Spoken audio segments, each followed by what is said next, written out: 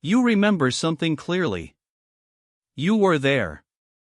You know what happened. But someone is looking at you right now and telling you calmly, confidently, that it never happened. And somehow, you're starting to wonder if they're right. Gaslighting. The word gets thrown around constantly now. But what most people don't realize is that true gaslighting isn't an argument. It's not a fight. It's a slow, deliberate dismantling of your ability to trust yourself. It was named after a 1944 film Gaslight, where a husband secretly dims the gas-powered lights in their home and then insists to his wife that she is imagining things. Slowly, she stops trusting her own perception of reality. That's the mechanism. And it is happening to real people, in real relationships, right now. In this video, I'm going to give you 5 specific, science-backed signs that someone is gaslighting you, not someday, not in an extreme case, but right now. If you recognize any of these, stay until the end. Because the last sign is the one most people miss entirely. Sign number 1, they deny your memory of events.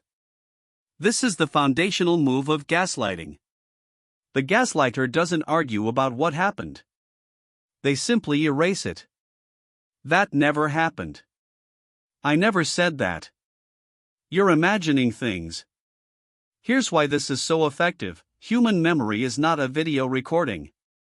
It is reconstructive.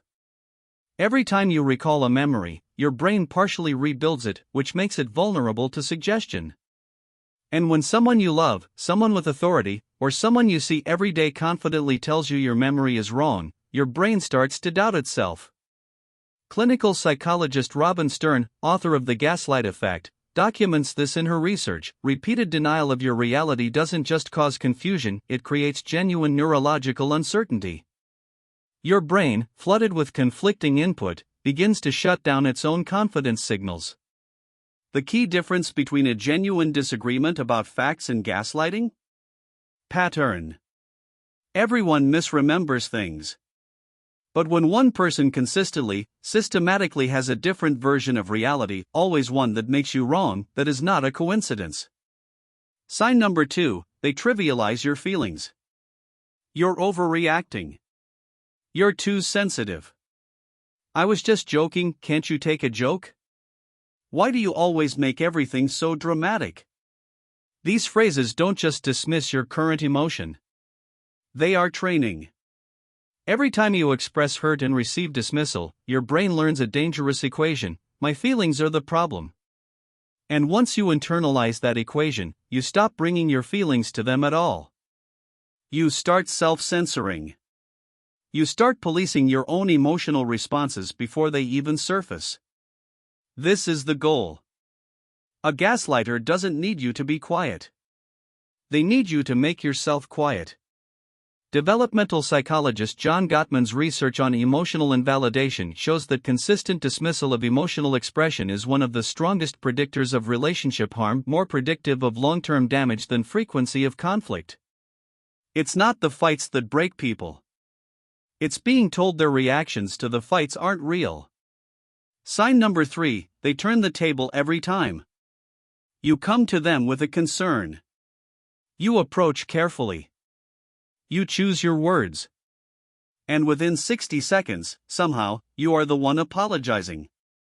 Psychologist Jennifer Freyd coined the term for this: DARVO.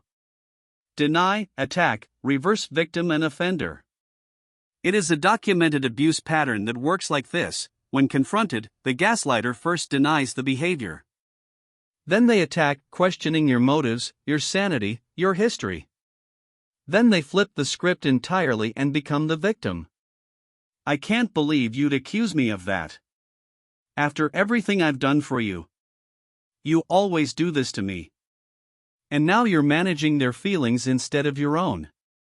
You started the conversation trying to address harm. You ended it feeling guilty for causing harm. This is not an accident. It is a defense mechanism that works precisely because it exploits your empathy. The more compassionate you are, the more vulnerable you are to DARVO. Those first 3 signs are things they do to you. The next 2 are things you'll notice inside yourself. And they're harder to catch, because by the time you're experiencing them, part of you has already been convinced they're normal. Sign number 4, you constantly second-guess yourself. Not just about the relationship. About everything. What you remember. Whether your recollection of the meeting was accurate. Whether you actually said what you thought you said. Whether your interpretation of a conversation was fair. Gaslighting leaves residue. When someone has systematically undermined your confidence in your own perception, your brain doesn't just apply the doubt to them, it generalizes. You start applying the same scrutiny to every memory, every judgment, every instinct. Neurologically, this is what chronic invalidation does. It suppresses activity in the prefrontal cortex, the region responsible for confident decision-making, and amplifies the amygdala's threat detection signals. You are literally in a state of low-grade neurological alarm, all the time. The signal to watch for: you used to trust your gut. Now your gut feels wrong. Sign number 5, the one most people miss: you feel like you're disappearing. Not all at once. Gradually. You used to have opinions you'd defend. Now you soften everything. You used to know what you liked. Now you look to them before forming a preference. You used to trust your own narrative of your life. Now you're not sure what's true. Psychologist Stephanie Sarkis, who specializes in gaslighting recovery, calls this identity erosion. It is the end point that extended gaslighting is moving toward, not just confusion about individual facts, but the dismantling of your sense of self. You start to think of yourself only in relation to their version of you. Dramatic. Unstable. Too much. Too sensitive. And because you've heard those labels enough times, from someone you trusted, you begin to wear them. This is not who you are. This is what sustained manipulation does to a person.